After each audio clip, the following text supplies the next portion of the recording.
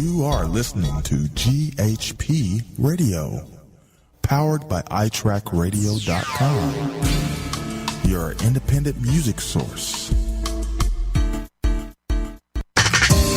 Fresh, new music, right here on the all-new GHP Radio, your new independent music source.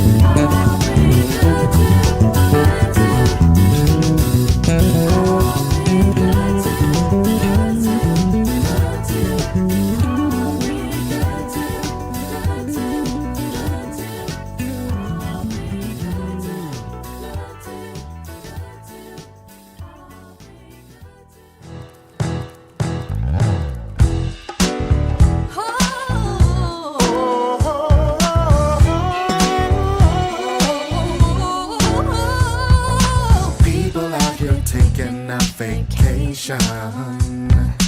I've been out on more than one occasion, but baby, I've been saving up my love for you. Drop a check in, follow, and I'm waiting. Been working hard and patient from 9 to 5 to weekend, and I know who to spend it on. There's only you to excel. I got some PTO, so check into Hilton and let's go. Don't wanna be moonlighting. We're a full-time job, they're hiring, but I'ma be right here. Don't wanna be moonlighting. Got no part-time job, they're hiring, but I'ma be right here. People want a piece of what we have. Like the saying goes, the grass ain't greener on that side. No matter what they're saying, even what we do. Baby, I'm too wrapped up in you. Been working hard and patient from 9 to 5 to weekend, and I know who to spend it on. There's only you to excel. I got some PTO, so check into Hilton and let's go. Don't wanna be moonlighting. We're a full-time job, they're hiring, but I'ma be right here. Don't wanna be moonlighting. Got no part-time job, they're hiring, but I'ma be right here. I'ma be right here. Moonlight.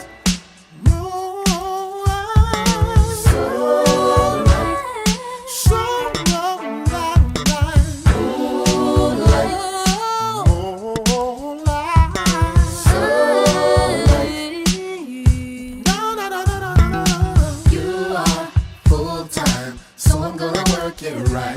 With no part-time love life, let me work it right.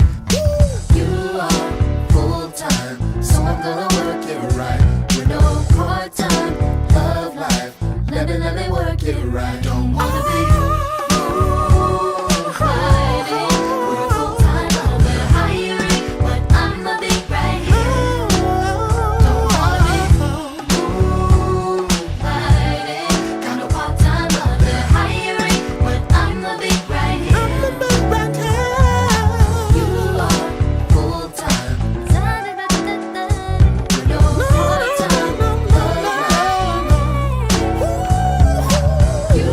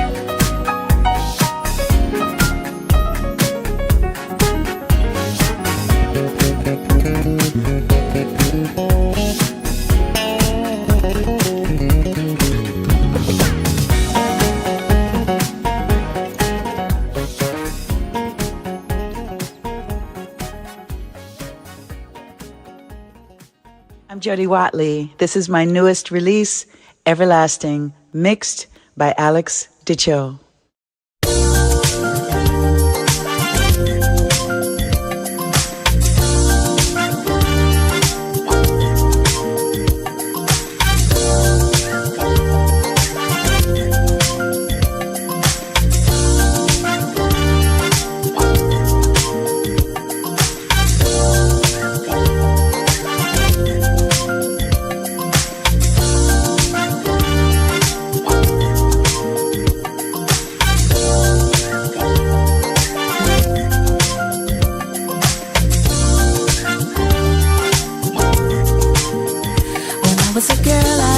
In fairy tales and fantasy. As I got older, I realized nothing is ever easy. I found that sometimes you win, sometimes you lose. You gotta stay up, just keep moving on.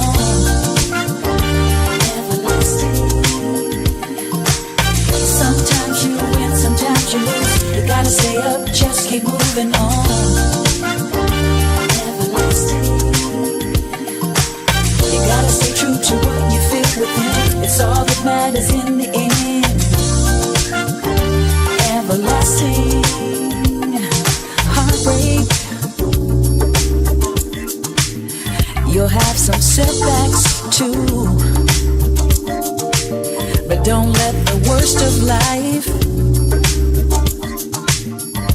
get the best of you. Come on now. Sometimes you win, sometimes you lose. You gotta stay up, just keep moving on. Stay everlasting. Sometimes you win, sometimes you lose. You gotta stay up, just keep moving on. Stay everlasting. You gotta stay true to what you feel within. It's all that matters in the end. Everlasting. Sometimes you win, sometimes you lose. You gotta stay up, just keep moving. Gotta stay up. Everlasting. Stay true. Stay true to what you feel within. Always believe in you. Everlasting.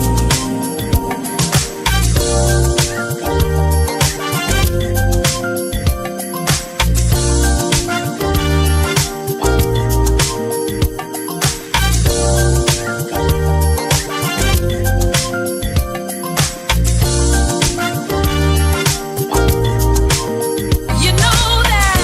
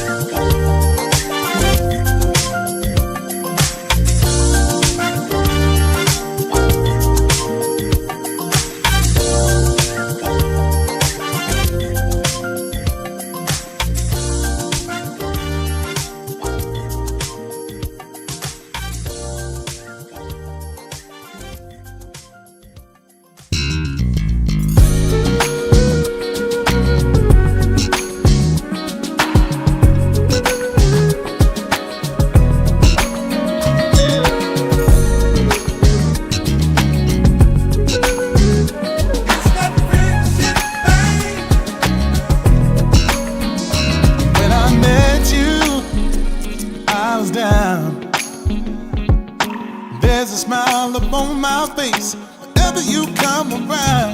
When I need it, you seem to know. You looked at me, you grabbed my face and said, pack your things, let's go. Don't you like it? Sure do. Take a first class flight, Hawaiian night, sand between our feet. Trade the bitter, Trade it in, girl, for the sweet. for the sweet.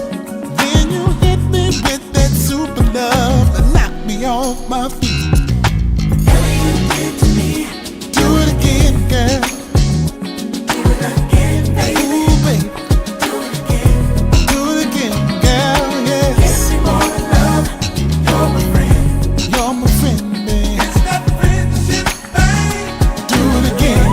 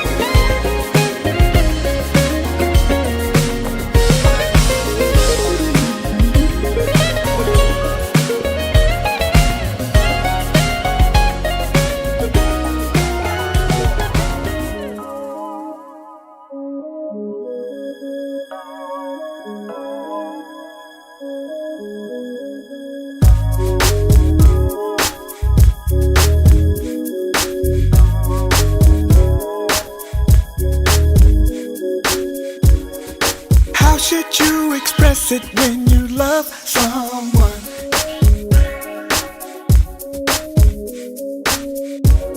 Especially if you're broken and you need some love. Yeah. Should you just walk away and live to love another day? Or should you try to hold on and build your love until it's strong? Cause you feel like you're at home. If you decide that you're gonna stay, if you decide just to walk away, I'm gonna love on you anyway. It's alright. And if you decide that the pain is strong and it's too hard to keep holding on, my love is gonna be to the bone.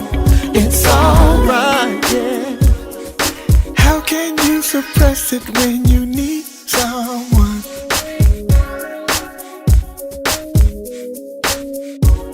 Especially if that person is a special one.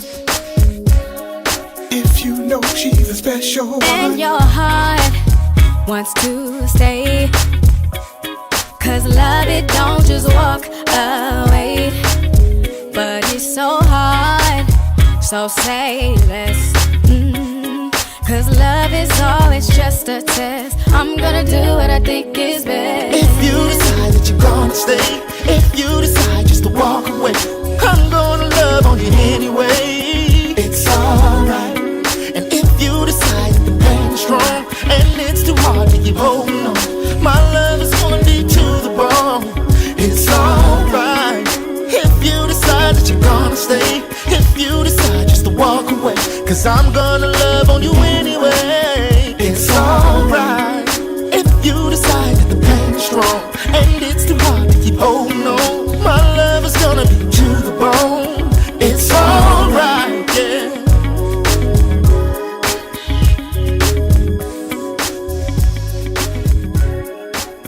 It's alright.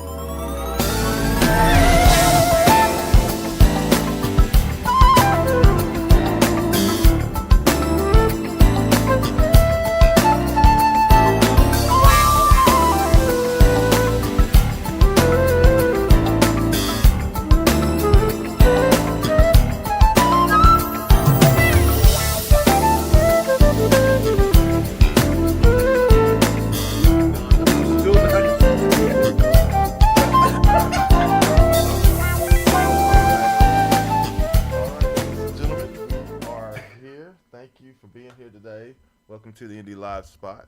You know, of course, my name is Gary Fuston, and of course, my host, Shar and Vaughn and CTK. And we got two guests today, and we're very excited about both guests today. We're going to have some fun today as well.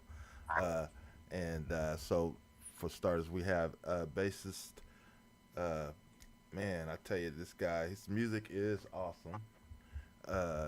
Vaughn, I'm going to give you the honors to introduce your friend, and then I'm going to let CTK introduce his. All right. Well, I have to consider this is an honor to do this.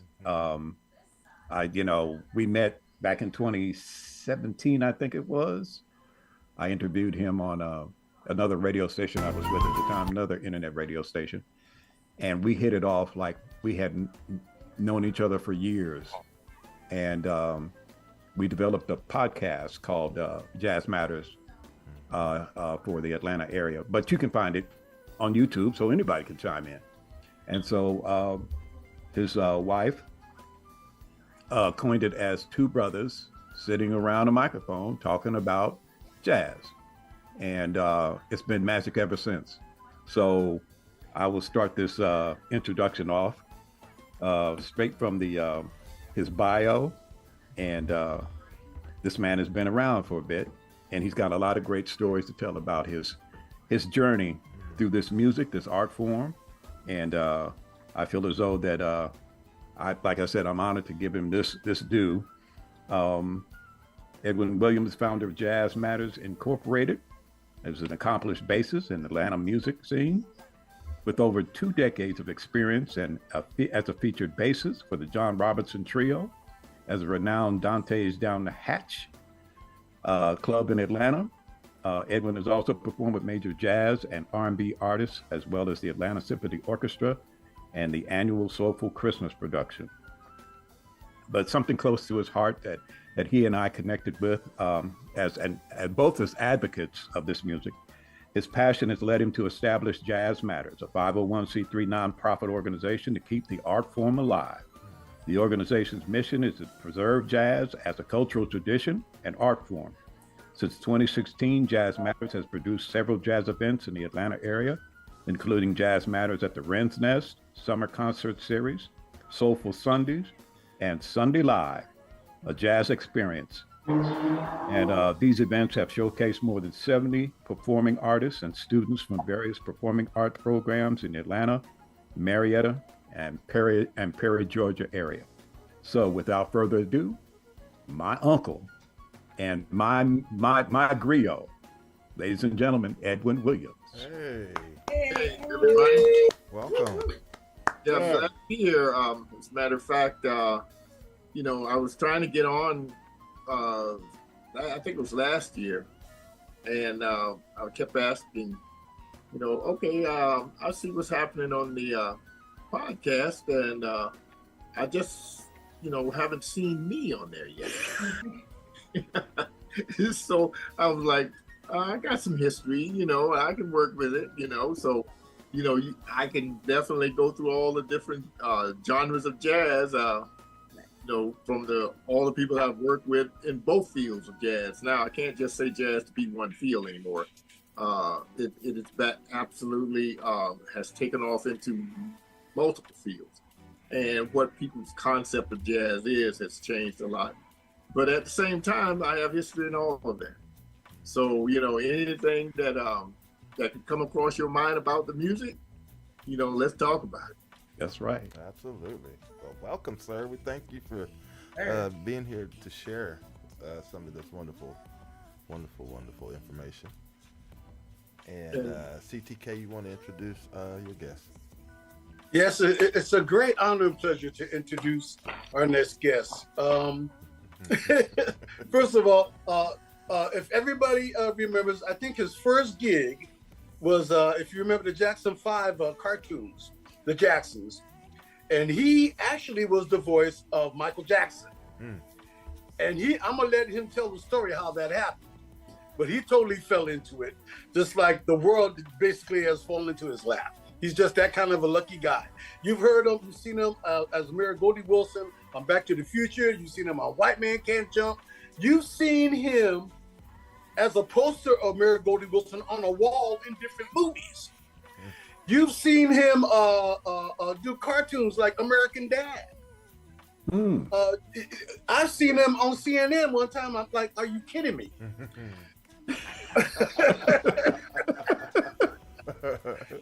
You've heard him, you know how they do the movies, like they take all the cuss words out before they put it on regular TV. Yes. And you probably heard him say, instead of Joe Pesci saying "kiss my," he would say "butt." Yeah. He's just a great guy all around. He's a film actor. He's a voiceover king.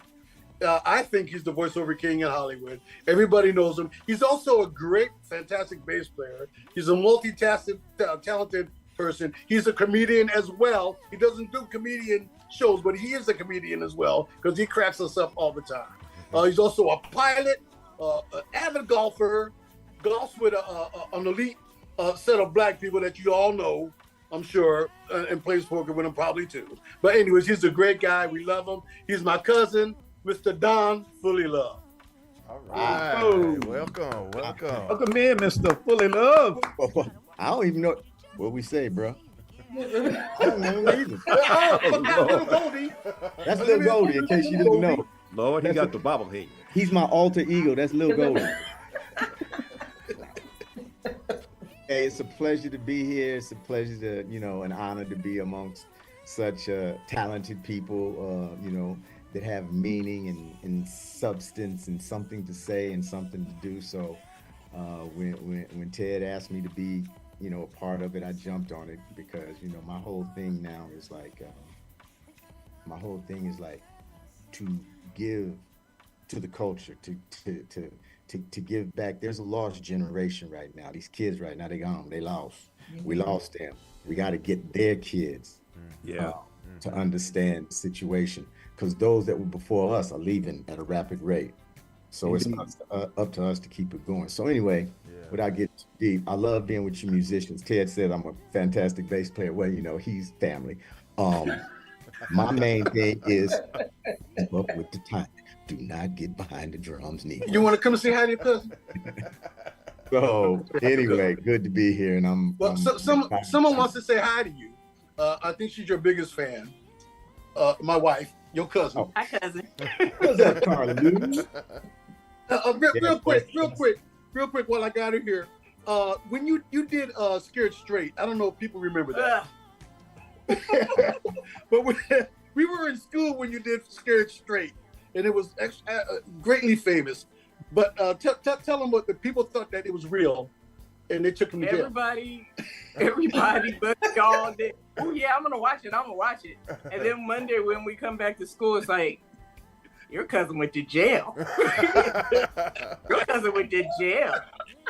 I'm like, he was acting. He went to jail.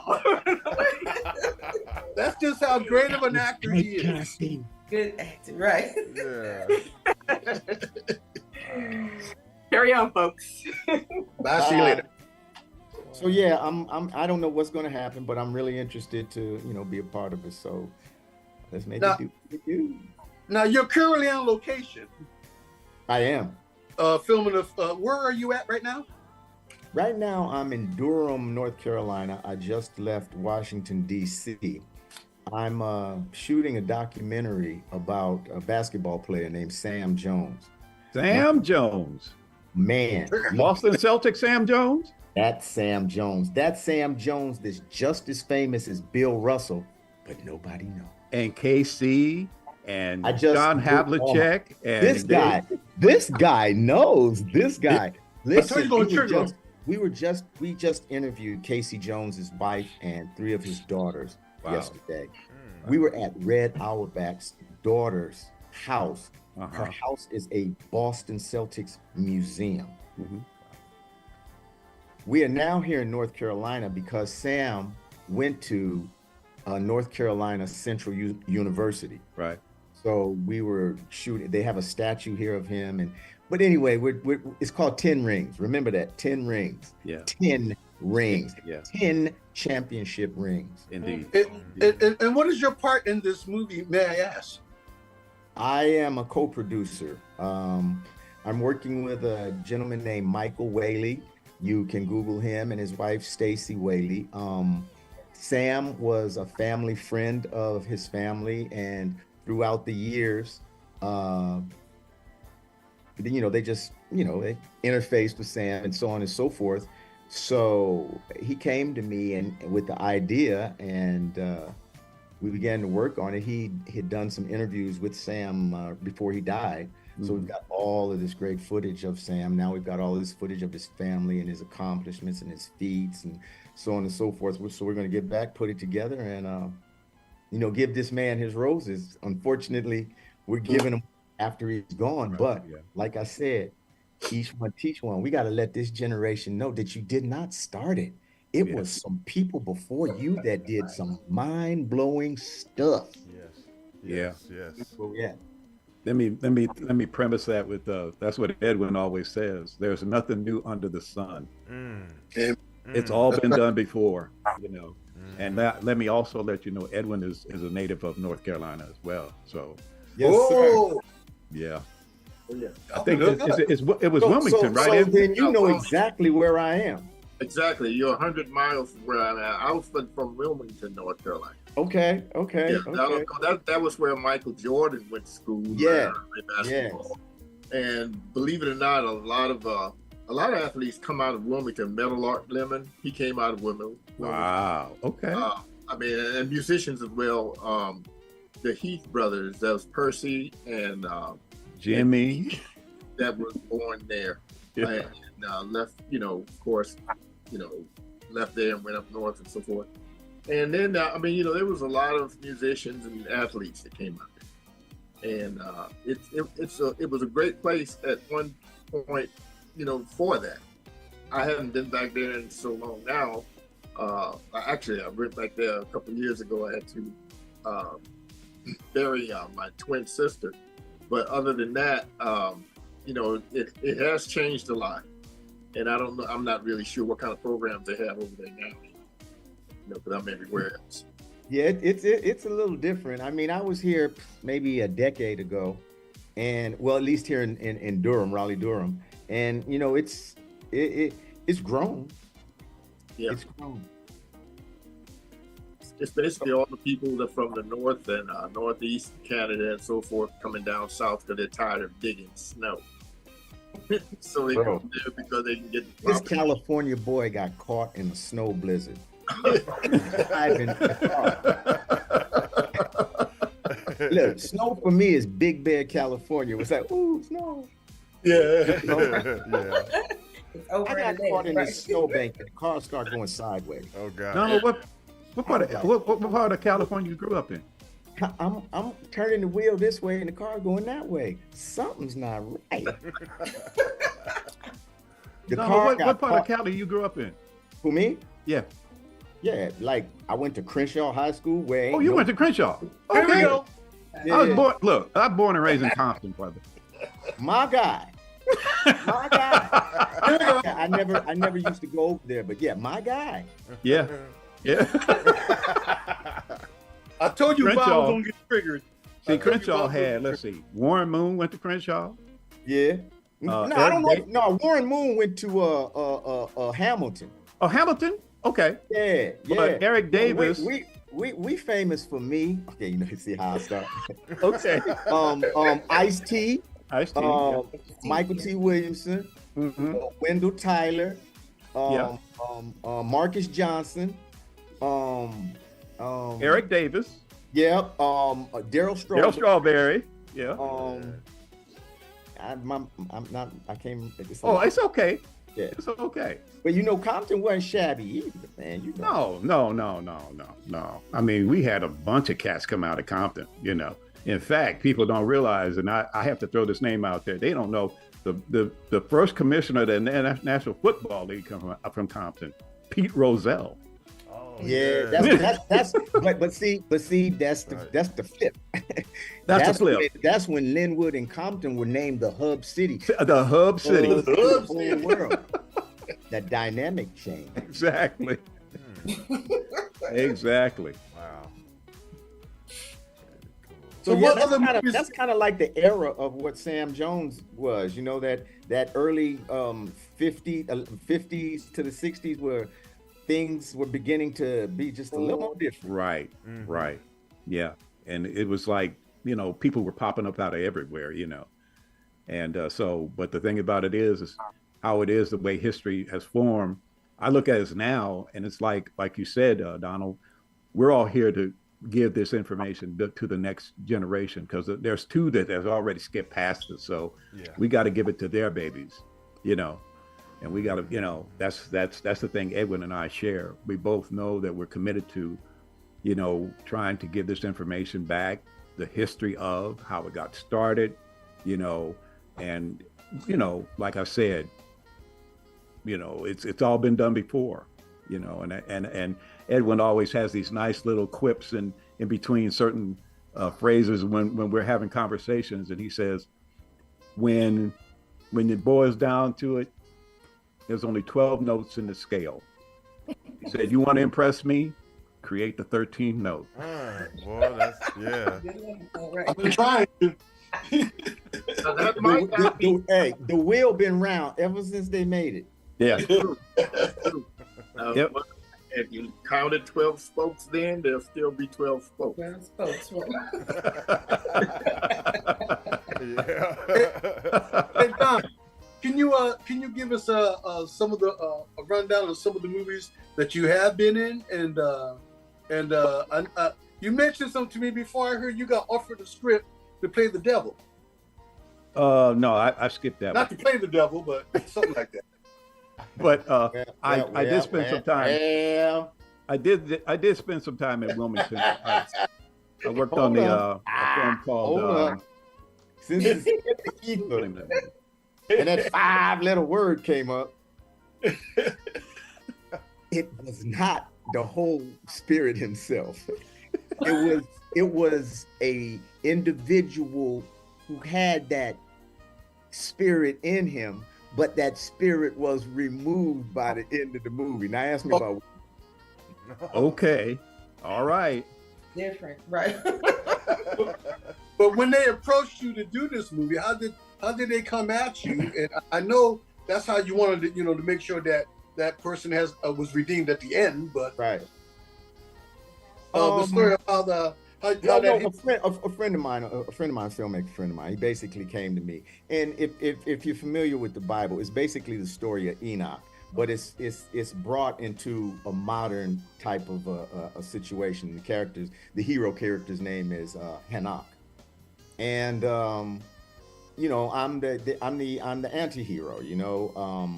I'm dying of this brain disease, and I'm rich, and I've been studying this guy, and I've been trying to figure out I'm this rich scientist, and I send some people off to Mesopotamia and blah blah, the whole little Raiders of the Lost Ark type stuff. And they come back and they bring me a briefcase, and the briefcase is like, the secret and all that stuff. So I go to deal with that, and obviously things happen and blah blah blah. I won't tell you the movie till it comes out. It's called No Mercy, KNOW Mercy. Oh, okay. Got it. Okay, that's clever. That's clever. And when does this come out? When is this coming out, Don? I do not know. You know yet? It's it will probably more than likely be like on Tubi, I believe. Okay. I was just laughing because when him and I were talking about it, it was funny because the way he was describing it, he said, "You want to play what?" Yeah, that initial reactions were sometimes more visceral than others. Yeah, I mean, when they tell a certain part, and then like I've been in it for 30 plus years myself, so I was just thinking about when I had worked in Wilmington, and I was playing a bad character, a character that's who I know is not me. Right. And so the name of the film was called Funny Valentines. It had Alfred Woodard and Loretta Devine, and it's like my character was a young man who did some horrible things to a young woman, and ended up coming back into town working for his mom at the furniture store. and her older sister had came down to visit with her and, you know, share the family and try to get everything back online because they had lost a whole lot. And so I had to play like a guy who had raped a woman in my younger age. And I was just a bad dude. So you know, sometimes you just gotta understand where that's coming from. You know, what you as an actor or as a performer, what you got to understand is you need to go certain places. You got to go certain places. Create a character, but you got to know how to let it go. Let it go. You know, if you don't let it go, yeah, like that dude that played the Joker, Heath Ledger, man. Yeah, he dove into that. He dove into that performance and was brilliant at it, but he couldn't get back out. He couldn't get back out. That's right. That's right. Oh my gosh. Yeah. I just wonder, like, the preparation to even do a character like that. Like you said, you got to change your whole mindset. Like, yeah, that's kind of, it's crazy, but jumping out of it too. Yeah, the thing about it is the understanding of it is that, you know, everybody has the dark side. Yeah. You know, scared to go there. And you got to rely on your emotions and rely on things that had happened to you in the past, but you got to be able to decompress after the scene is over. You got to understand what that means. You got to go into decompression because it will bother you for a minute, you know. So those are the things that you know, that's the reason why I love the music that I listen to, because it gives me a chance to like escape. Get out of my way, please, because I can't take the rest of this anymore. So but those are some of the things that that business, you have to be able to understand. It's an incredible art form, but it has its moments. It really does. Now, Edwin, here's what I find was cool, Edwin, is that you being a bass player, my cousin's also a bass player.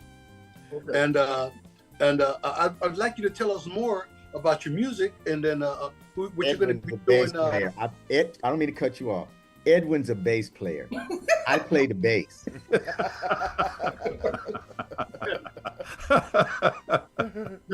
They always said that there's a bass player, and then there's a bassist.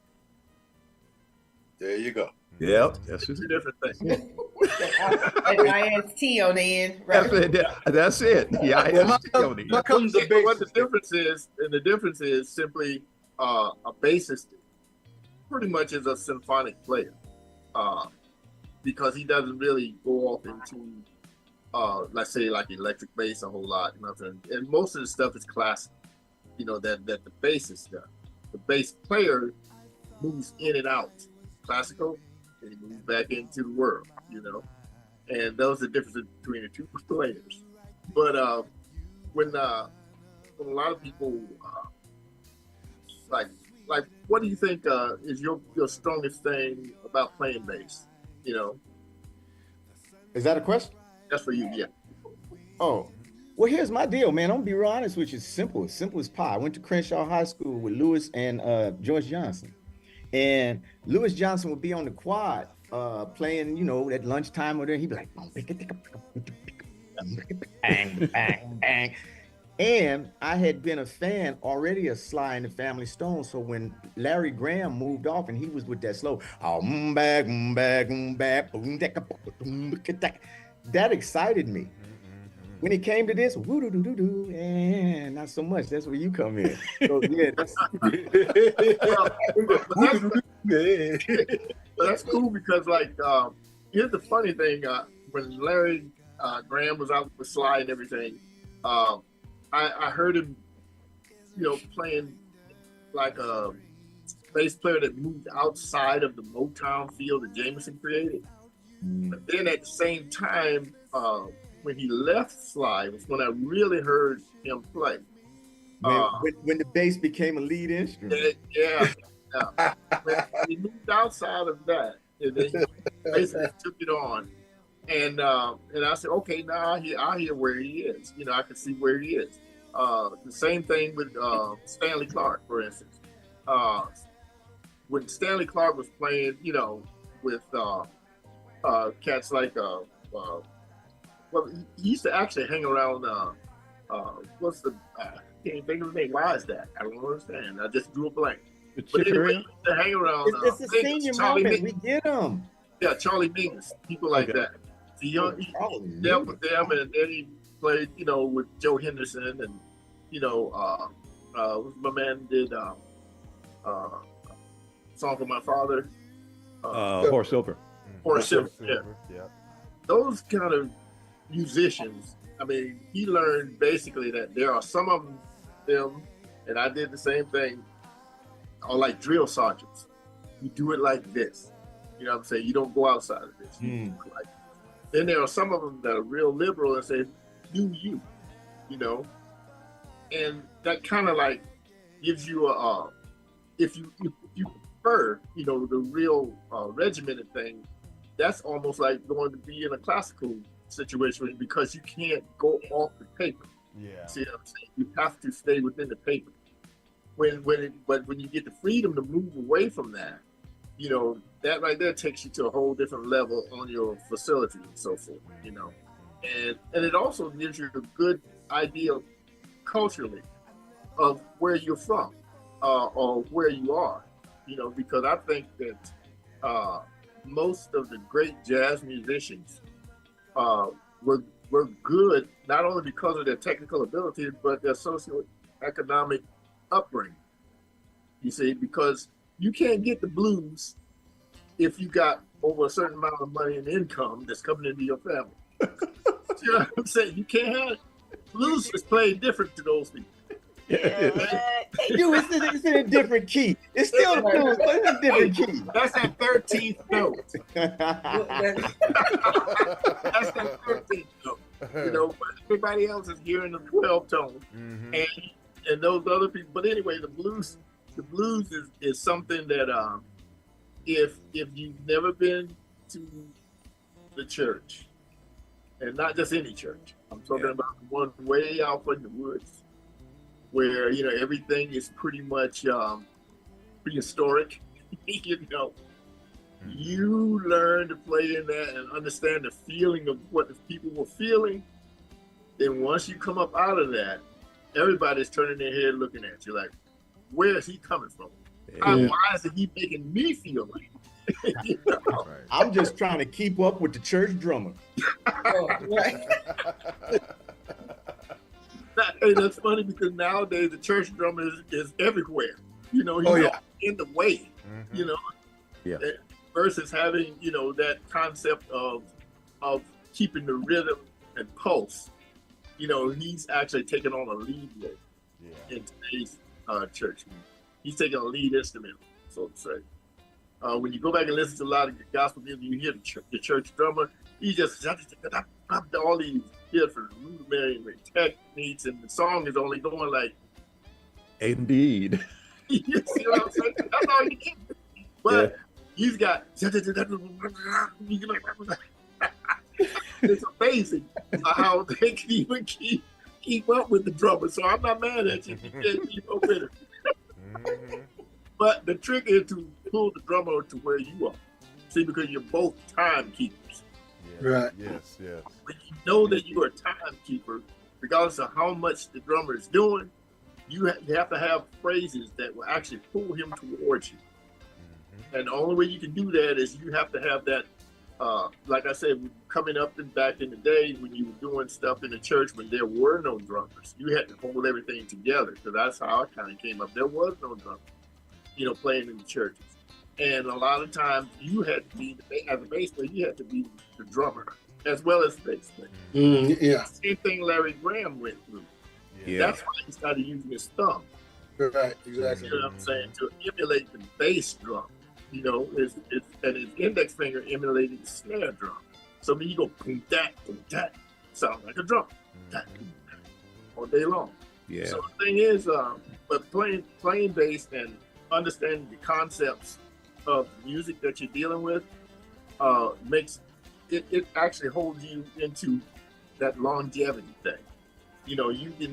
A lot of guys can go get gigs, but they can't keep it because they don't understand the difference between a gig and an opportunity. There you go. Well said. Yeah. So true. So it's just a matter of, your concept will come around and what kind of stuff you were doing. But I played a little bit with Weather Report, which was a band back in the 70s, well, actually late 60s, early 70s. Yeah. One of my favorites, yeah. Yeah, and the best quote I got out of it, and actually I played with them, I actually rehearsed with them more than played with them, because back then the industry didn't know what to do with it. Because they didn't know what to do with that kind of music. Right. You know, and the thing was, Joe pulled me off to the side and said, "Don't be predictable." And I'm thinking, what? Don't be Dang, predictable. bro, you play with Joe Zone on, man? Yeah, man.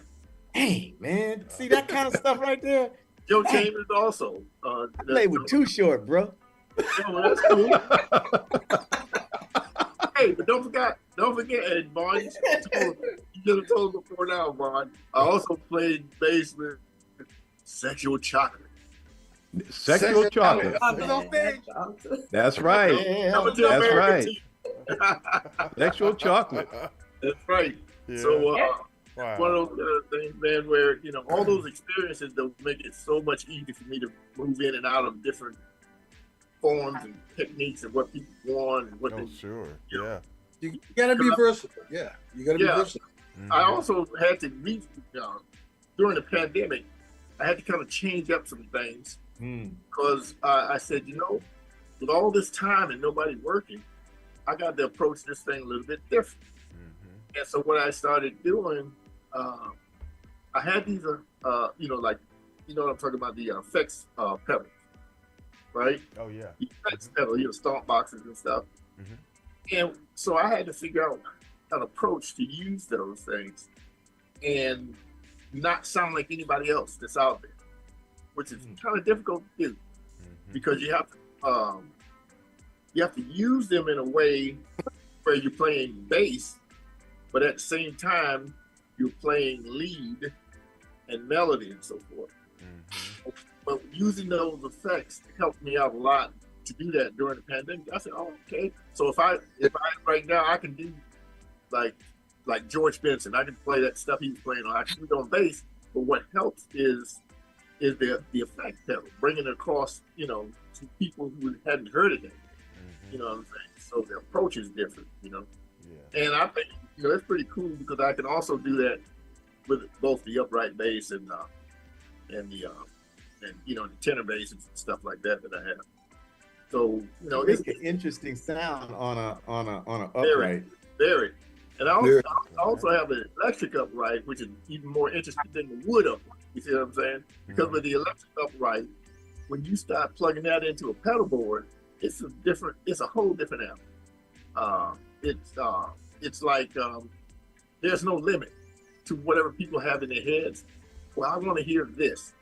Oh my goodness, you blow their mind real fast. You know what I'm saying? Because they've never seen that or heard that concept before.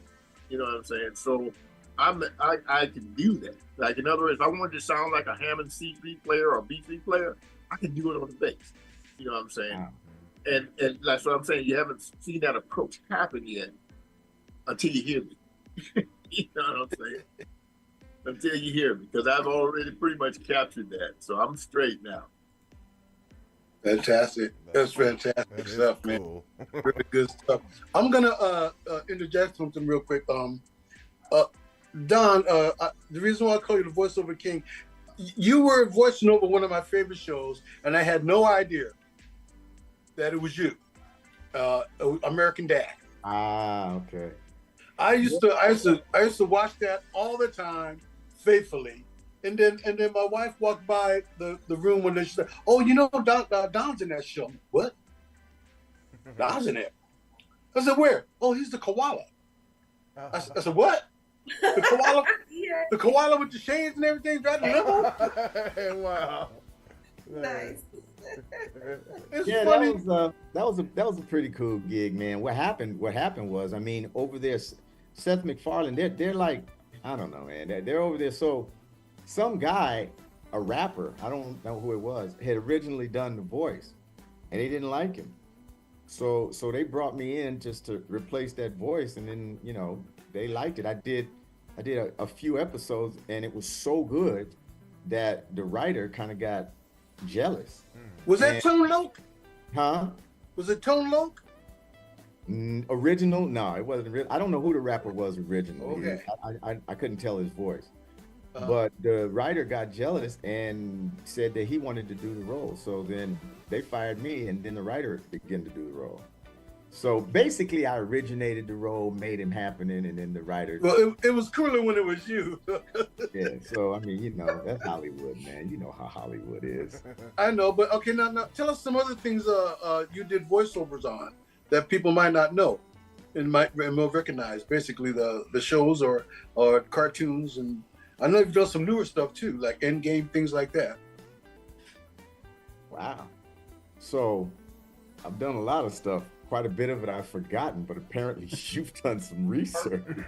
What's funny is my wife will see something and know it's him and call him and tell him, oh, they play so and so. He said, oh, let me call my agent so I can get paid for that. Yeah. So, as a voiceover artist, you tend to work a lot more as opposed to being on camera. And a lot of the things you do, you don't even know what it is. Like when he said Endgame, when I did it, it was probably called something else. Right. Endgames doesn't ring a bell for me. But what about the commercials? The commercials? What commercials have I done? God, I haven't. I mean, I did a McDonald's series of commercials and stuff, but that wasn't right. So we'll go with Monsters Inc. We'll go with Toy Story. We'll go with Shrek. Go. Shark Tales. Wall-E. Wall-E the little robot. I can't remember all of them. Yeah, he was a robot. It's a bunch of them. I mean, it's just a bunch of them. It's fun to do, Oh yeah. I was fortunate. What can I say? I mean, I think about when I was a kid growing up. I mean, if you watched as much TV as I did as a kid, you have this vivid imagination. You got a frame of reference. Mel Blanc, Paul Frees. Dude, wait, hold up. This guy right here, this in the corner right here, this guy knows some. Dude, Paul Frees taught me voiceover. Get out! What? Really? When I did the Jackson 5 cartoon show, yeah, because Paul was one of the voices for the Jacksons. In fact, he did the Beatles cartoon when that was out. Because Rankin Bass, which was the company for those cartoons, hired Paul to. The only people that were the art, it was 5 of us that did the Jackson voices, right? And Paul did every other voice. Every one of them. Wow. I used to watch this dude work, and I'm a kid. This dude, where's an ascot? He was the stereotypical a British aristocrat that you would imagine. He come to work with an ascot. His mustache went like this. Yeah. And his hair was I was like, dang, on. He was everybody you saw as a child in a cartoon. That's right. And he was people say, I give Mel Blanc his credit, his due. Oh, yeah. But to me, Paul Frees was that guy. He was doing fractured flickers. Yeah, he was doing all of that stuff. And his voice, I remember the first time I saw him as a kid, he was that reporter on War of the Worlds, the classic 1950s. Walking through the military when they were getting ready to drop the bomb. And his voice was like, oh my gosh, who is this guy? But he was the voice of Boris Badenov on all. That's what everyone remembers in Boris Badenov. Yeah, but absolutely. He was everything. But I bet one of my homeboys. Well, one of my closest friends when he's living here in Atlanta, Gary Williams. I know who Gary Williams is. I don't. You never met him? No, I've interfaced. Because that's Uncle Ruckus, man. That's Uncle Ruckus. Nice. From Boondocks. Yeah, exactly. Boondocks. One of my favorites. Yeah. He did the narration for most of all the unsung episodes on BET. Oh yeah, that's him. I was wondering who that was, man. That's Gary. Yeah. Yeah. Okay. Yeah, that's Gary. Yeah. But Vaughn, I got to tell you, Vaughn, Donald pops up everywhere. I'm watching TV one day, and it's a Porsche commercial, an electric Porsche. This brother is in the commercial dressed like James Bond, driving a blue, baby blue electric Porsche. And at the end of it, he takes off in the Back to the Future car. That caught me totally by surprise. Wow. I think that was the most jealous day I ever had. Full disclosure. Here we go. Because it's on the internet. Apparently, someone at Porsche in a high position was a Back to the Future fan. My friend owns a DeLorean time machine. Ooh, okay. They used his DeLorean time machine for this commercial.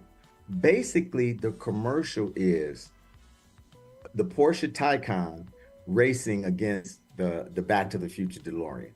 That was the original commercial. Somehow, somewhere, someone said, "Hey, I know Goldie Wilson."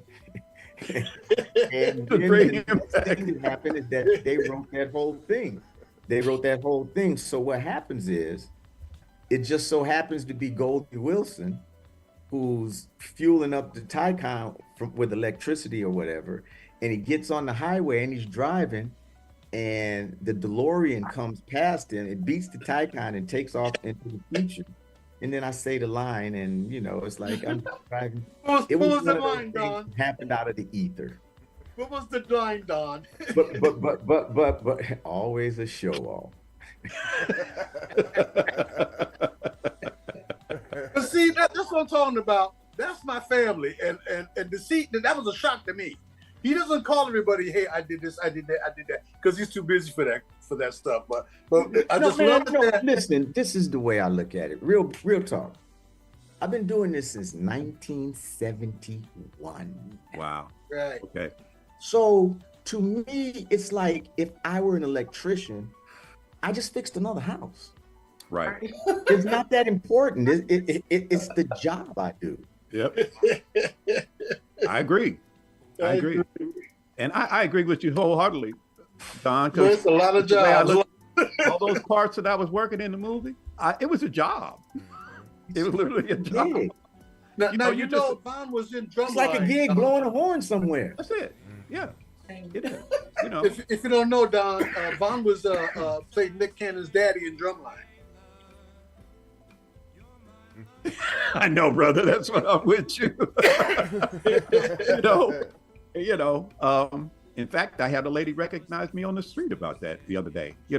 That's a trip, ain't it? Yeah, it is. It really is. Catches you by surprise. I'm like the last person to expect it. Say stuff like, "Did I go to school with you?" She said, "Oh, I know who you are. I know you." And I had to turn around and say, "Who is that?" Right. And she said, "Oh, you drumline. I know." I was like, "Oh my gosh, really?" Wow. That is. I'm standing in the middle of the store and I'm looking around like, okay, what do I do now? Well, who, me? All I know is that they show them Back to the Future every weekend. Every weekend somewhere they're showing Back to the Future. White Man Can't Jump. You got that all I watch wrong. it just to watch my cousin, You got that all wrong, bro. They don't show that movie. Ask Carla. Ask Carla. They show it a They lot. show that movie every day. Okay. That movie is on every day of the week somewhere in the world. And I will wait for that scene just to see my cousin. Mia. I like the sound of it. And that's what and that's worth about 45 cents.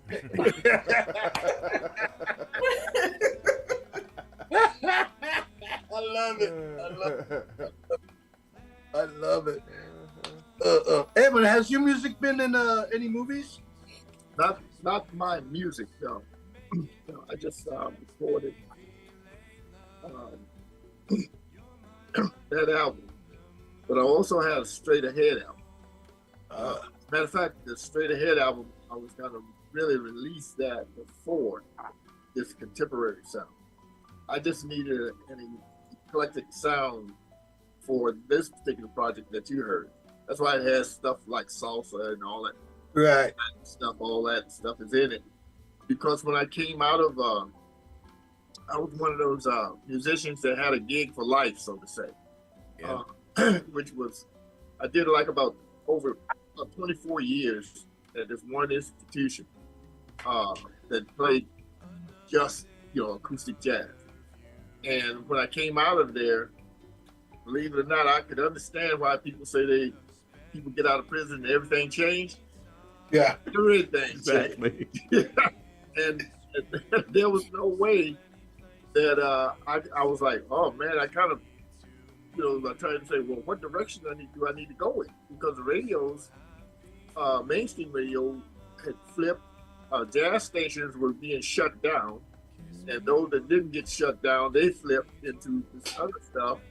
And I said, well, maybe I better try this other stuff that they're listening to now. That's where, they're driving that into everybody's ears and everything. So I just went on with that. I still have the straight ahead that I'm planning on releasing, probably, I hope this year. But I know that the audience for that is still slowly getting back into it. And it seems to be more of a situation where the audience is a little more mature. They're not really looking for the newest thing out there, but they are looking for great music. And so that's really what I'm trying to look for on that. Unfortunately, there are not enough stations that actually, cater to acoustic music. And I think, like we were talking about earlier, trying to give it to a generation because it was lost, but it was ours. And we have a tendency as a people to, okay, we don't want to do that no more. We're going to do this. And some other people come behind us and pick that up and sell it right back to us. That's right. And that's it.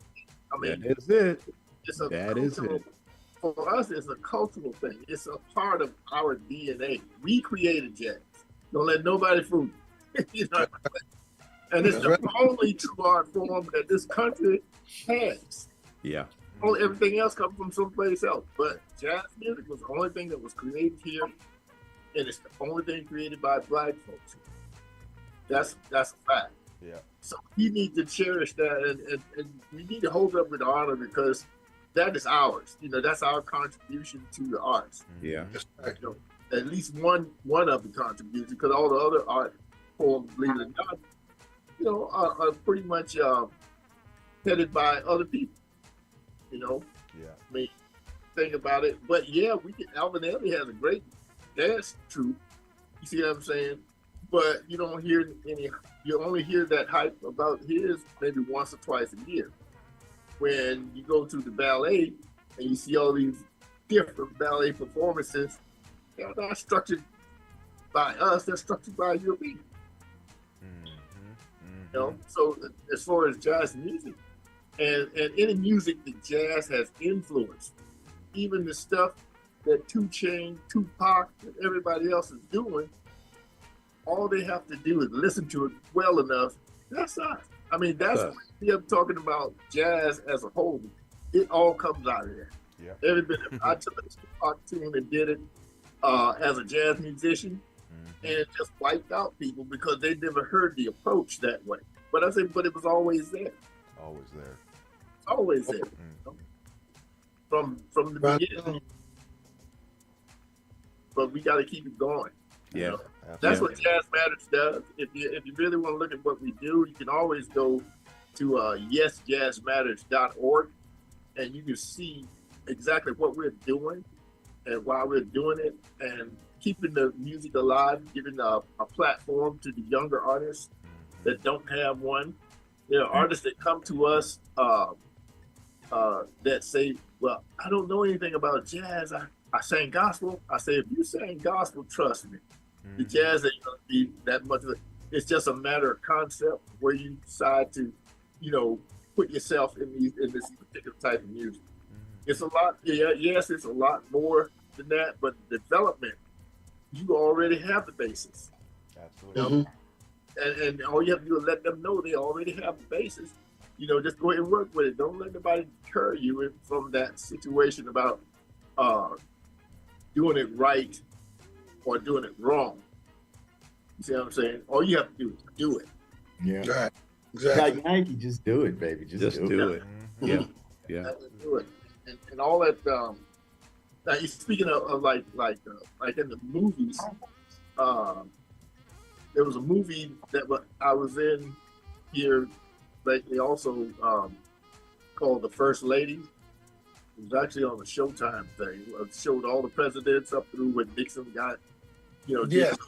and everything. But in that movie, I was basically what they call a color guard, and so I was military in that. But the thing about it is, they had a scene in there where they had put together a so-called orchestra for a White House event. And I was looking at one of the other actors, and I forgot that, he didn't know any better. I said, that's all wrong. I was just telling him, that's all wrong. You know what I'm saying? They don't have, and I thought I had to step back, Back that up, Yeah. Edwin. You were colored? Said colored? I couldn't hear you. Say it again. That's what it says on my birth certificate. What? Colored. But they still use that, Then I woke up, I was Negro, but apparently. Yeah, that was it. That was it, man. That's the way you can look at it. Yeah, that's how you got to look at it. That's true. Yeah, but see, like and out of I think it's about 250 institutions that have jazz programs, but you only got a minute amount of instructors that head those departments that are black. Yeah. What's wrong with this picture? Yeah. You know what I'm saying? A lot wrong with that picture. Yeah, exactly. For real. For real. But and that's the way it is, and because for a long time I used to wonder why is it that everybody wanted to, like a white, wanted to do and play music of what I call the music from the masters in jazz. Mm-hmm. And but I couldn't figure out why, when those people were alive, why they didn't get those people to be like adjunct professors in some of these colleges. Mm-hmm. And I found out it was because of the reputation from hearsay that they got from the public. Right. This guy's, he can't do this because, we would love to have him, but he can't, he might bring some bad elements in. You know what I'm saying? It was like the guy that did the theme for Perry Mason, which I love that theme song, the Perry Mason. But that's Quincy. Yes. Oh no, not you're talking about. Well, if you're talking about Perry Mason, I know OG Perry Mason, not OG Perry Mason. Okay. Now, when I'm talking, they got the original guy who did. Actually, he's South American guy. Actually, Yeah, but when he did it, they told him that they wanted it to be more gangsterish and more. They didn't have the word ghettoish at that time, but they wanted it to sound more black. That's why it swings when you hear da da da da da da da da da da, because that gave the element of crime, and they wanted it. Da da da da da da da. That was their way of sounding black and dangerous. Yeah, it was noir. Wow. It was noir. Noir. Black, and the thing about it is, don't speak French. The reason why that sound came like that, that was composed by Bernard Herrmann. There you go. Who was one of the chief composers to every film that Hitchcock ever did. Yeah. Bernard Herrmann's work was intense. Intense. It used to scare me when I would be in the bed. Me too. And my parents used to be watching the Perry Mason, and that song would scare me because it was intense. But they turned it down at first. At first, that was turned down because they said it sounded too black. Wow. And then they went to another producer. It had that suspense feel. They went to another producer who said, no, we like the original one. Yeah. Yeah. And that's the one that you're familiar with today. But as Edwin was talking about, our music and the way it's been imitated and played from way back before that up until still now. Yeah, it's like when Bernstein first came across jazz, it changed his whole dichotomy, you know, because what he was doing was composing all of this European or American influenced classical music, and he got hit with that jazz, and he's created one of the greatest musicals of all time, which was West Side Story, you know. And so, you know, it just goes to show you the influence behind that music and everything and all things American popular music. There you go. Yes. There's always been the three branches of that tree: spirituals, the blues, and jazz. Hello. Yep. And that's American popular music in its fullest form, you know.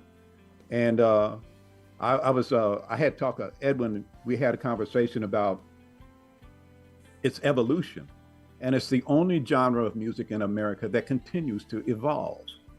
Everything else is stagnant, or it's not being played anymore. Right. You know, we don't hear ballad singers anymore. Mm-mm. We don't hear the R&B we used to listen to anymore. Nobody's singing. You know, there's no more quartet singers. There's no more trios. There are no more 2-part harmony, 3-part harmony, 4-part harmony. You know, they've eliminated it. Well, think about it like this. Think about it like this. Think about it like this. And I'm gonna go way back in the time. Oh, okay. Let's go. All right, the Wayback Machine. Here we go, y'all.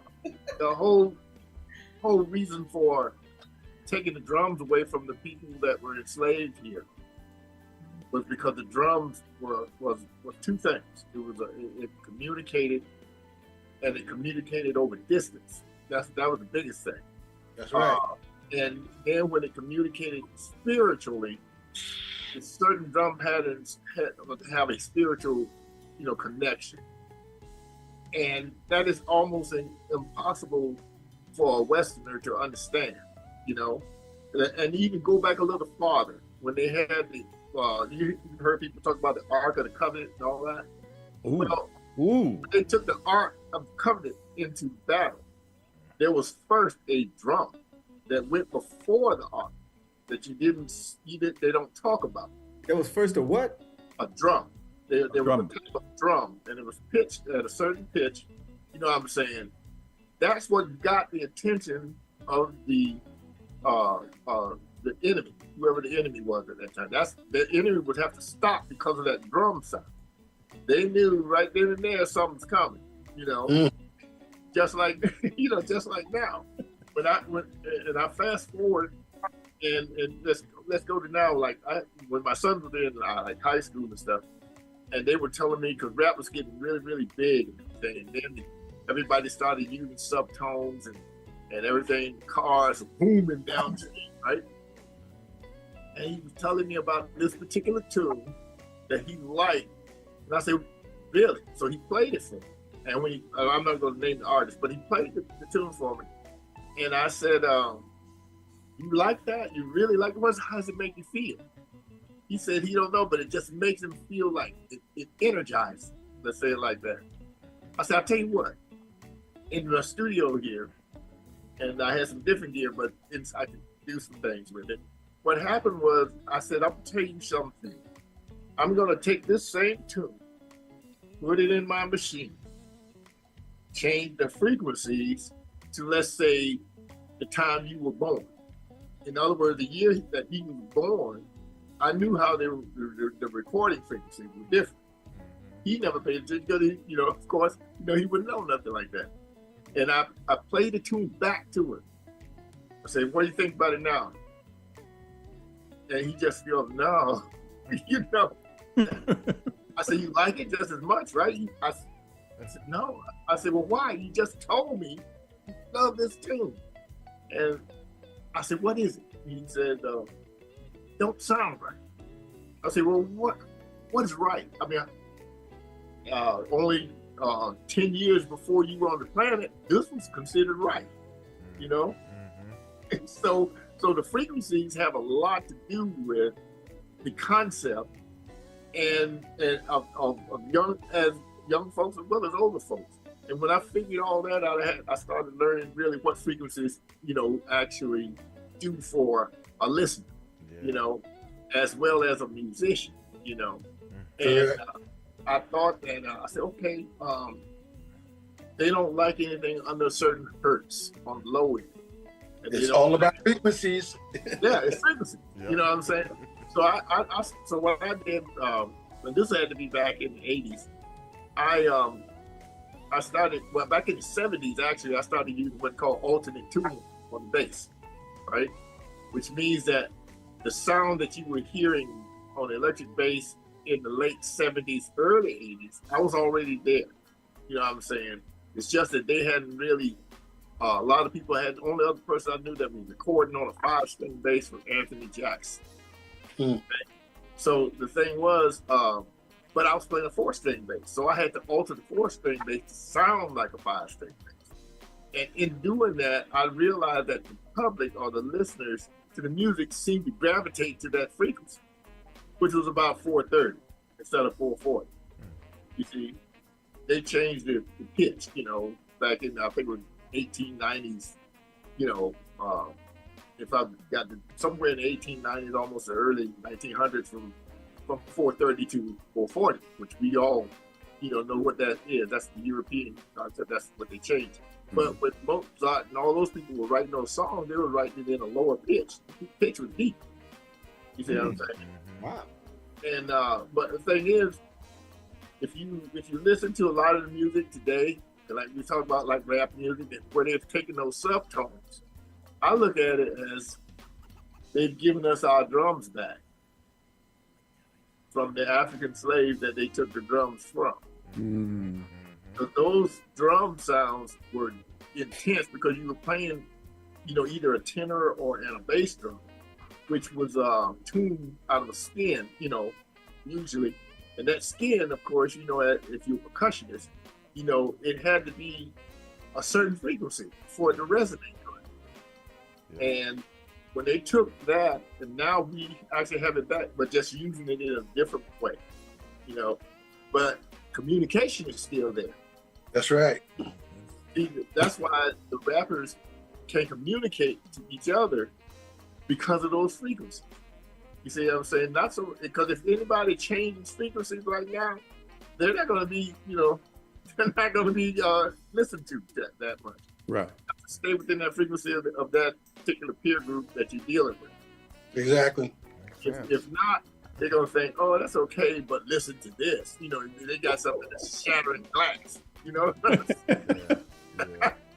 And the funny thing about it, all those frequencies have an effect on your body. That's right. 100%. Yeah, all of that, no doubt.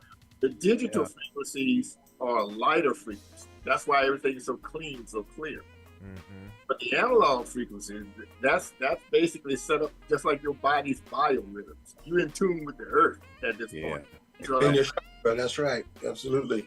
That's why you feel it like that. It can either motivate you, it can even make you relax to a point. You know what I'm saying? Take it to the dark side. Yeah, dark side. Yeah. Yeah, you laugh, but yeah. No, but he's right. That dark side up. Stuff.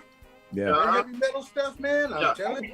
And I listen to heavy metal sometimes. I'm like, whoa, let me cut that off. Right. Hey, I cut my teeth on rock. Not today, right? I couldn't mess with no Ozzy Osbourne. I just okay. Ozzy, right? Their whole name shook me. Black Sabbath. Nah, I can't do it. That's a nice bass line. Can't play it. Did you play bass for a rock group one time, though, Don? I played punk rock. Oh, punk rock. Oh my gosh. Punk rock. They say punk rock ain't really musicians.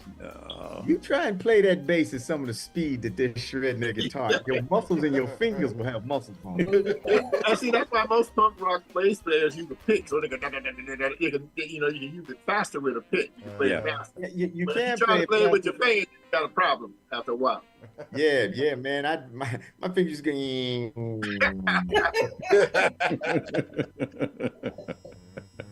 So, what advice would you give, Edwin, to these up and coming bass players, or someone that wants to pick up bass for the first time or hearing it, what would you suggest if people are thinking about they want to pick up bass now, these younger guys? What kind of advice would you give them? I would say go ahead and if you got somebody that can teach you the fundamentals of bass and of music theory 1 or something like that, use that, because you're gonna find out that just like music, every 9 to 9.5 years, it changes a little bit. I mean, I've tracked this thing all the way back from let's see, what was it, 1940s, when Little Richard was out there and all these different people using, the sounds that they eventually called rock and roll and stuff. Yeah. If you track it for at least 9 years, you'll notice that something about it changed. A lot of times the frequencies change, and the type of sound and the sound itself, the sonicness of it will change every 9 years. In up to, let's say, 1978, that's when you started getting heavier bass tones. You see, it was changing at that point. And because they took a lot of the fundamentals out of school, which made it really set us back a lot. The younger generation, they set them back a lot once they took the music out of school, fundamentals, theories and stuff. It just took so much out of what we had already created. That's why the rappers had to create something else that they could deal with. You know what I'm saying? And they didn't have to go at it through theory. They went at it through sonicness of sound, frequency. Yeah. But changed it. It's Drums. Yeah, drum every time. It's always that drum. 808, baby. 808. Always the 808. Exactly.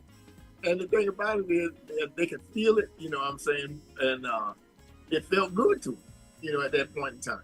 You know what I'm saying? So I would say try to learn the instrument and the theory behind the instrument. And that's what I give the young people. They can still adapt to the new stuff that's out here, but the more they know about what music was why it was set up the way it was, they can become better creators of it. Yeah. There you go. The longevity. Yeah, the longevity. Yes. Yeah. Nah, bro. God bless them, but if it ain't at a fingertip push button, it ain't. I know. Isn't that the truth, Don? That is so true. I know. That is so true. I show somebody, I don't even play piano, but I show somebody like a nice little chord with a nice little bass on it, and they go like, yeah, that's that button right there. You want to stack it, push both of these at the same time. Oh my gosh. Yeah. Well, I'm not mad at automation or nothing like that, but you still need the fundamentals of music taught to. Yes, indeed. Yes, that's what we all basically had to go through. And if we didn't go through it at an early age, trust me, if you kept playing, you would go through it, because you would have to run into people that are using the fundamentals of music. So you didn't go, oh, that's how that's done, and that's why that's done, Right. And that's what you got to do. You just got to pull those fundamentals together. And once you do that, like I said, that's longevity. It is. That keeps you in the game. Right. Yep. Right. But Don, I'd like to pose the same question to you. What would you suggest to people who are thinking about going into voiceover work? Well, the game is all the way different now from when I got into it, because when I got into it, you had to have representation. Without representation, you wasn't going to get in the rooms. Now, because of the internet, just about anybody and their cousin can become a voiceover artist. It's all kinds of opportunities on the internet, and yet still you can go through agencies or whatnot. But what I tell people is, well, I had to amend it a little bit because I used to tell them to read magazines and newspapers, but that's over with. Nobody reads it. I tell them to read articles and read the articles out loud. Yeah. So that you can hear and get used to the sound, timbre, and tone of your voice. Right. Now, when you get used to articulating words, you have to realize that you're using your voice. So you have to color the words so that the eyes can imagine. So that's a rhythm, that's a texture, The more you do that, the more you hear yourself read out loud, then you'll know what your voice is. And then you begin to play with different tones in your voice. Cartoonish, narratorish, any kind of different, thing you want to do. That's how you get good in your spare time working on a craft without anybody having to work with you, because of the way technology is now. Once you do that, making a voiceover demo is easy. You type in how to make a voiceover demo. Yeah. And if you've done your homework, you record yourself. Heck, you can record yourself on this. On your phone, yeah. And go from there. It's a simple process. It's not as difficult as it was before, but you gotta grind. You gotta stay on it. You gotta want it, because you ain't the only one. Right. It's kind of like being a foot model and getting your feet pictures sold on the internet. That's that again, a very specific niche market. It's a niche, yeah. Not everybody has perfect hands and feet. No. Right. Yeah, I spent all that time at Columbia School of Broadcasting back in Hollywood back in the day, man. And I remember those classes. They weren't as easy as I thought they were. And there was the teacher I had was a guy who was on KBIG. KBIG. That's right. His name was what was his name? Oh my gosh. I don't know, because I kept turning. It was a brother. In fact, it was a brother that taught the class. Burton Richardson. Who? Burton Richardson. KBIG FM 104.5. And so all of that, and then I wanted to go into journalism because I was a nut about Walter Cronkite growing up from the desert to all of Southern California. And Jerry Dunphy was another voice. What was Jerry Dunphy's tagline? From the desert to the sea to all of Southern California. Good evening. Here's what's happening. Get it, man. Bravo. All of that is still in me. And I've never been able, and when I was in high school, I was a speech tournament participant. And this is where the whole acting thing kind of happened, because I was just competing with other students from other schools doing monologues from plays or films or, poetry and all that kind of stuff. And we used to work with material by Patty Chayefsky's the monologue from Network, the one by Peter Finch when he was on the news. I did Mark Twain. I did Julius Lester's Stagger Lee. All of these things, man, in competition with other students from other schools all over the South, the Long Beach, Southgate, Paramount areas and high schools and stuff like that. And so, that's when I knew radio was something that I wanted to be part of. And then I had, a little internship with, it was KKGO at that time, FM 105. That was a jazz station. A jazz station, yeah. And I was hanging out with those guys, Jim Gosa, Bob Cole, just kind of up there hanging out. And these guys had some voices that were straight. I mean, boy, they could sell a jazz song in a heartbeat. They were just that good. Those were like what I was talking about earlier. Those were specified niches. Yeah. A DJ voice, a narrator voice, a character voice. And like you listen to those dudes, like you're saying, you listen to them talk about, you listen to their call signs and you're drawn in just by listening to their call sign. Yeah, because they were just, they were magic. And like, you wanted to obtain that voice, And so that's the thing that led me into broadcasting and radio and stuff. And I never knew it was going to take me into film and television and, theater, and, it's always just a mishmash of things you can touch upon because it all becomes available to you. If you're able to articulate and enunciate correctly, do your exercises, exercising your face and your mouth and all of that, waking all of this up. Quick story in regard to that, and in regard to enunciation. Way back in my beginning of my career, there was a line that referred to an emergency vehicle. And it was to the effect of, hurry, somebody call the ambulance. Ambulance. The entire room stopped, and looked at me. And I looked at them like, what the hell y'all looking at me for?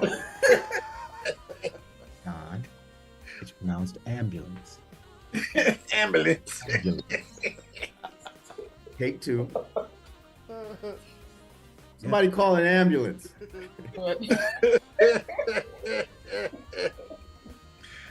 Hey Don, was that you? Did you used to do some voiceover for like LL Cool J, NCIS, or something like that? Hey, stop that, or something like that. You are a good moderator. My goodness. But wouldn't it, and my wife would say, "Oh, that was Donald." I said, "Get out of here." Again. But wasn't it? Didn't you used to do things like that, Don? Well, for the first 10 seasons of NCIS Los Angeles, I was LL's voice double. But don't let that fool you, voice double, because I never really said anything. But every time LL got hit, shot, or hit somebody, or shot somebody, or fell off a wall, or climbed up a rope, or jumped in a car, or sniffed, it was me. That was you. So are you on set when these things happen, or you just record it and they just boom? Yeah, that's in the studio later on, right? He's in the studio. Right. Yeah, that's when they're doing the dubbing, redubbing, and all that. Gotcha. So, Okay. You said we'll see the 10 scene seasons? up on the screen, and then you're watching it, and you chase the scene, and you then you do the action that's necessary. So you were doing all the bodily functions. Well, let's not say that. When he had to grunt, you got Was there one in particular that just you had to do a couple of takes because it just made you laugh, or because it was funny? Not really. I used to do the stuff on The Walking Dead. Now that's some funny stuff. Voicing zombies is some funny. Now that's some funny stuff, because you catch a zombie and he gets spiked, and you got to beat that zombie to spike, and you got to give him all of this noise. Oh, by the way, he has no lungs.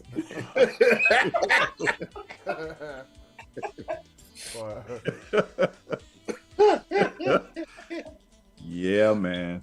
How do you do a voiceover for a zombie, Dan? I don't. You What watch do you do? Walking Dead? You never watch Walking Dead? Yeah. All you do is.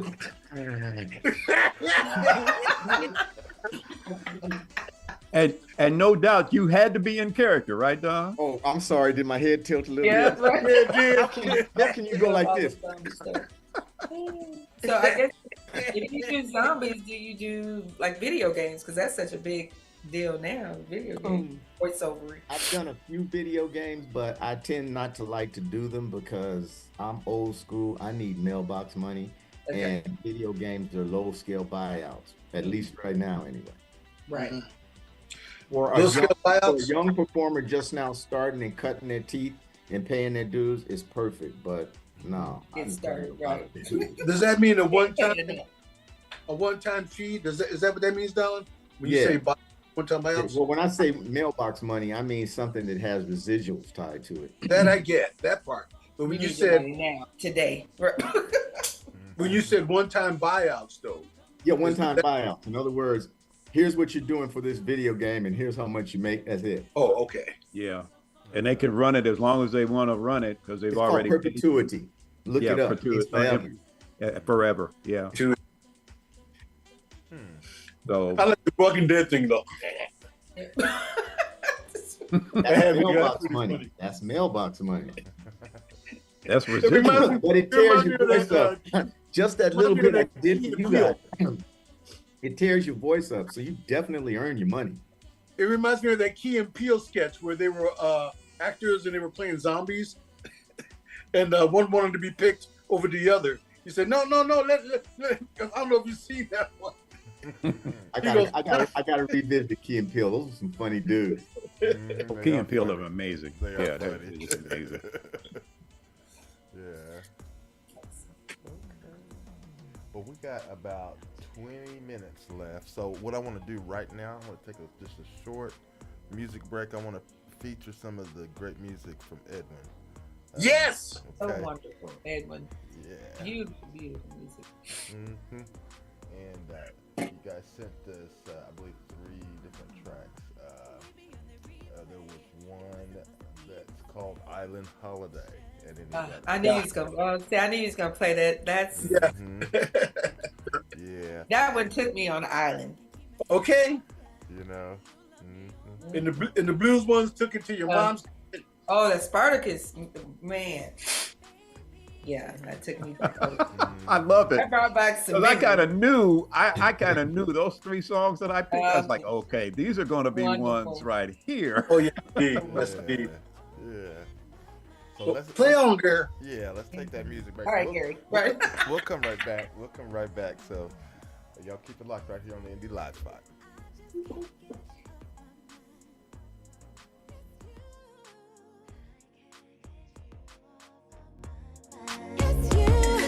I just can't stay away, baby. It's you. Hey, baby. I can be a sunshine. I can be a breeze.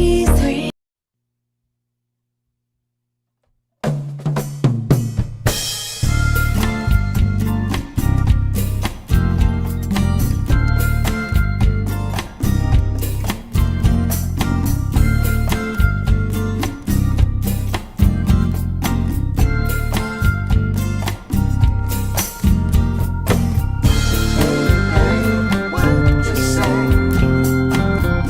Let's play.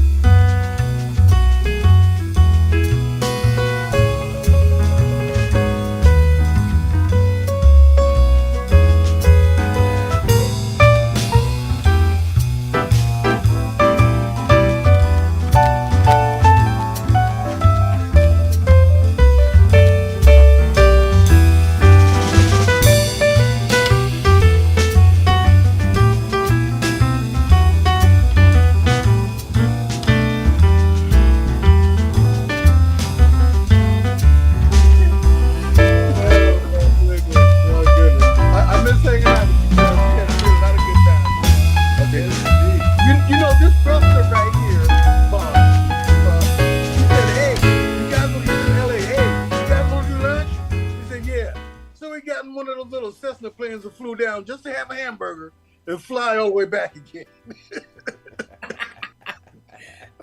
For the record. What the heck? He called that. Every time somebody see a plane that's not a jet, they go like, "Oh, that's a Cessna," because that's what most people know. That wasn't. It wasn't. No. Was it a Piper? That was a Beechcraft Bonanza. Beechcraft. A detailed Ferrari, if you will.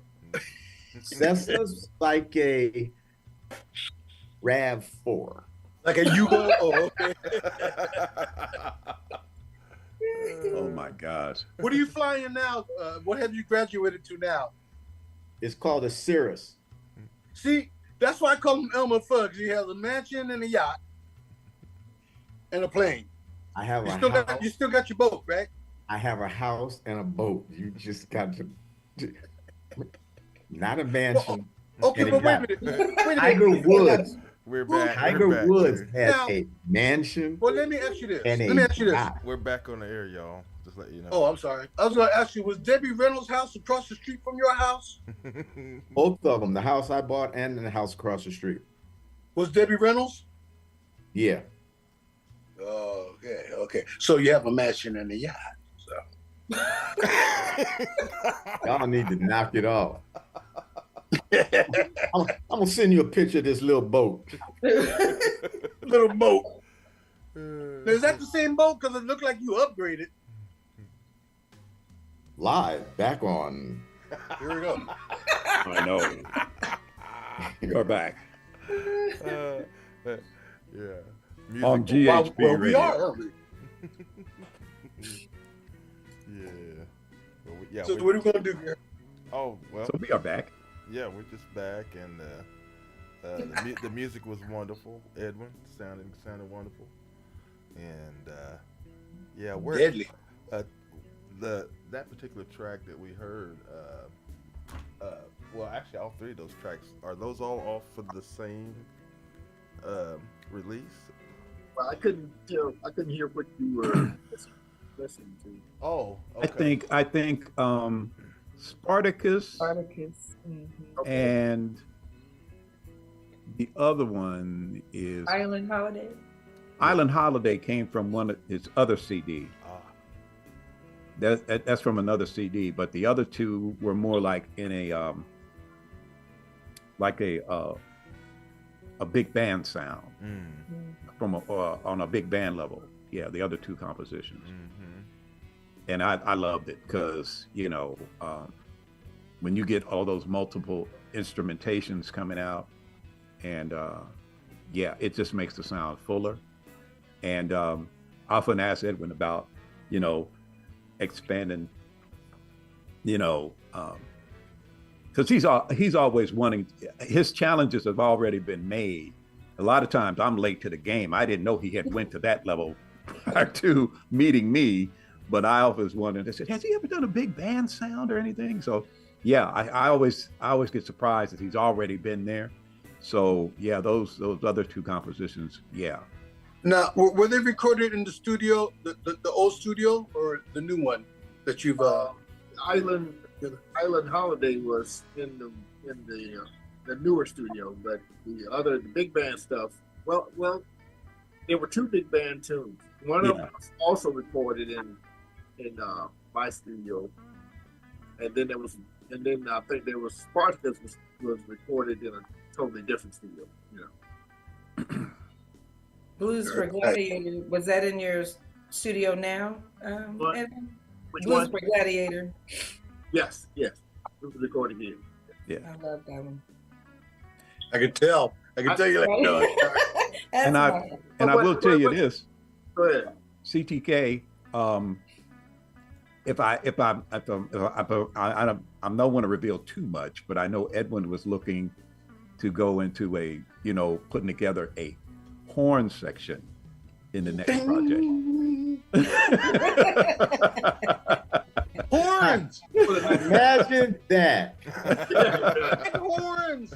Lots of horns! Actually, I'm getting ready to do working on now for an event that I'm gonna have either this spring or summer.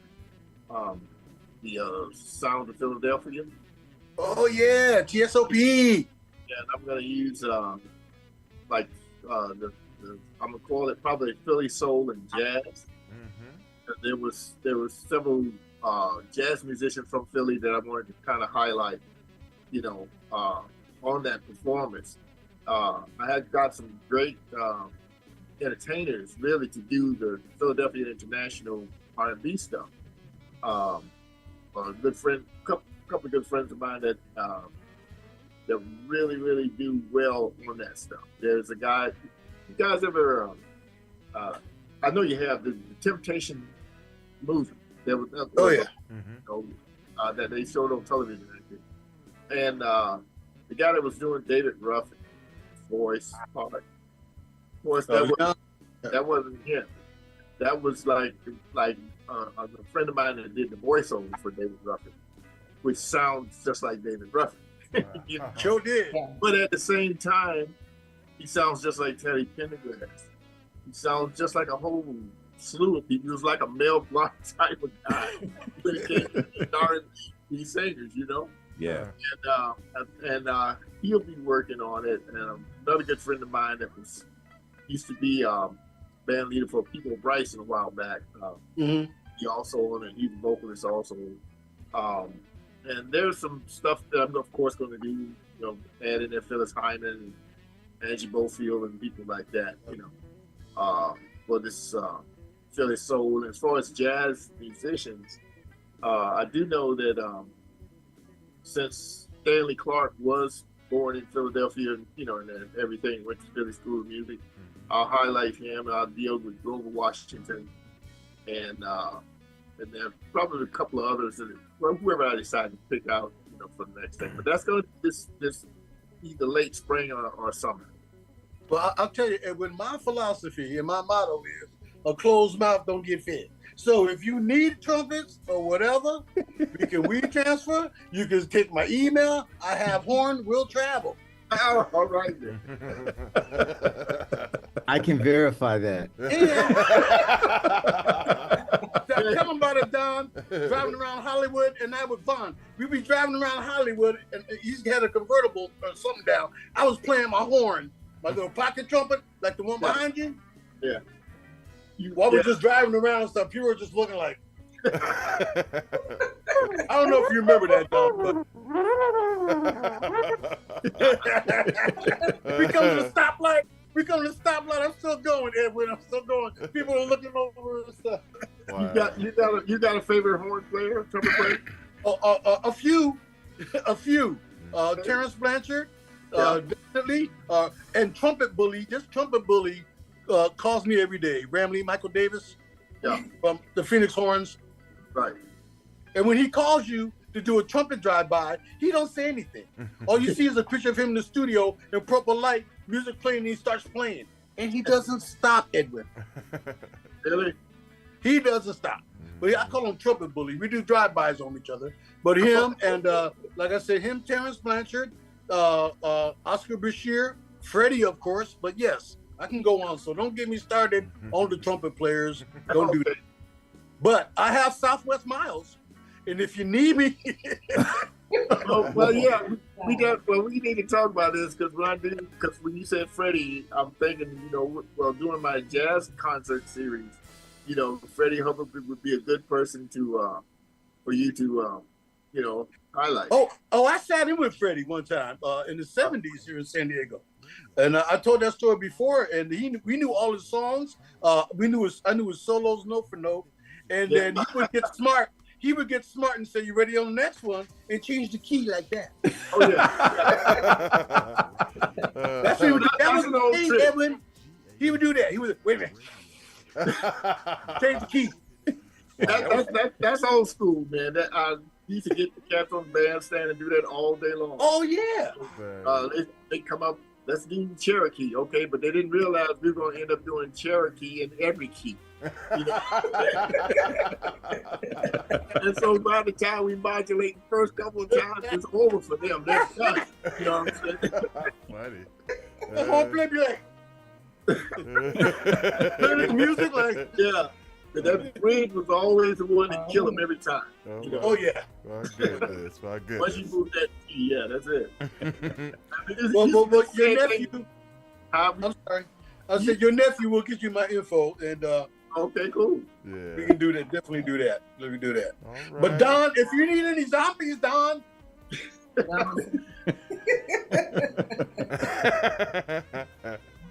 Unfortunately, make the a- show, I can do that. actually the show is finished, but they've started, I think, a whole new incarnation of it, I know, huh? like another spinoff. Keeps going, right? It does, doesn't it? Ever, right? I mean, like, dang, is everybody a zombie? Waiting on the zombie apocalypse. Yeah. Right. After November, it might be. Yeah. You know what? Hey. I'm glad you brought that out, Dom, because my agent used to call me about being on that show because it was shot here. And I'm like, You're in it, no, I don't want to do that. I just They couldn't do they zombie. wanted you to be a zombie. I didn't want the gig though. I really didn't. You know, because it just, you're talking to a guy who spent at least 12 of his years on stage in theater. And so Okay, I'm like, You tell me- Barry Moore. You don't want to walk around and have your chin hanging out like this. not that I Keep couldn't on. have, but I can see Vaughn right now. His family. Look. I'm on Walking Dead. What? Wait a minute. Because my part. Because my part. And then they'll say, and that's Don's voice behind him. oh yeah, no, really. All right. Yeah. Well, everybody, man, we have so much fun, but our time is up. So we just need to wrap this thing up. But I just want to take the time to thank both Edwin and Fullilove. Thank you both for being here today. Right. Really, really enjoyed hearing your stories and everything. And it was just a pleasure having you guys on. So I just want to say thank you very much. And then I just want to open it up for everybody. Fullilove, if you got anything you'd like to spit out before you leave, and also Edwin as well. Well, you know, I've got this new Black-owned streaming network. It's in the beta phase, but you can go check it out at tvtunetwork.com. That's tvtunetwork.com. I'm sorry, did I say tvtunetwork.com? I'm writing it down. I'm writing it down. Is it You can TV? find me on IG at Don Fully. And thanks for having me. Yes, and anytime you need, like I said, to know what Jazz Matters, which is an organization that I have, which is a nonprofit organization, and you can go to yesjazzmatters.org, and also go there and click on the donate button, because you know That's there's right. no nation in the world better than donation. That's right. Ain't no nation. Ain't no That's nation better stolen. than donation. I have completely stolen that. I was today years old. I got that. Donation is not a planet. Yeah. I remember when Edwin first said that, I was like, oh my gosh. Oh, That's yeah. a tag man right there. Yeah. And you can always shop. You can always shop there also. We got a lot of apparel and stuff. That is true. And that's scheduling, so it's all there. Awesome. That's yesjazzmatters.org. All right. Very good. Okay, well, I'm going to open it up. Shar, Vaughn, and CTK. What do y'all got before we get out of here? Ladies first. Just thank you so much, guys, for your time. It's been a pleasure and wonderful. Just keep doing what y'all doing, because we know our youth, they need it. They need y'all. They need to know your history, how things start. The game may change. It's still the same. So we just appreciate y'all and love y'all, and just keep doing what you're doing. It's been a pleasure. Amen to that. And age before beauty, so you go ahead, Vaughn. Oh, Lord. All right. I'll live with that. Let that voice. Yeah. All right. I just want to thank Donald Fullilove and Edwin Williams for joining us this afternoon. Man, it's been like I thought it was going to be. I knew it was going to be a great show. And everybody that is here, went there, like you normally can, expounding on your path, and hopefully have some people that want to do this work and get into it will be able to move forward on what they want to do. I've enjoyed it as usual because I always end up giving somebody some history on something. But then again, that's cool too, and I'm just hoping that we can continue this. I tell Gary all the time, he's got a gym somewhere. It's not around, it's right around the corner, G. Yeah. And so I'm looking forward to being part of it when it takes off. Yes. And I know I think CTK can expound on that too, as long as and as well as Chandra as well. So looking forward to continuing this run. And until something else breaks. But until then, in the words of one Mr. Lamont Sanford, Double Jack. All right. I was going to bring you on to say that at the end because I just love to hear you say that. Edwin, Don, I want to thank you guys very much for coming on. We truly appreciate it. And sharing, actually, you're sharing part of your lives with us. And we appreciate that. We really appreciate that because that's something that should be shared. The talent that you guys have is just great, and the younger generation can learn from it. Don, you are a great inspiration to people who aspire to act and be on stage, theater, and all that. Please keep doing what you're doing and setting that great example. I've told you guys before, I was most shocked when I said Don is everywhere, and that is true. I turned on my TV to find this brother sitting at the desk at CNN. And I said, anyways, I'm like, this guy's just everywhere. Edwin, I love your music. Like I said, your blues, it sticks to the ribs, man. It really does. It sticks to the ribs, man. And don't forget the color, brother. Also, I like your pork pie hat too. I forgot to mention the pork pie hat. I love the hat. Great. But thank you guys, and we appreciate you coming on the show. Thanks for your time again. All right, everybody. Thank you, and we will see you next week. And y'all Gary, have a great weekend. We'll see you next week. Bye, guys. Bye-bye. Let's take care.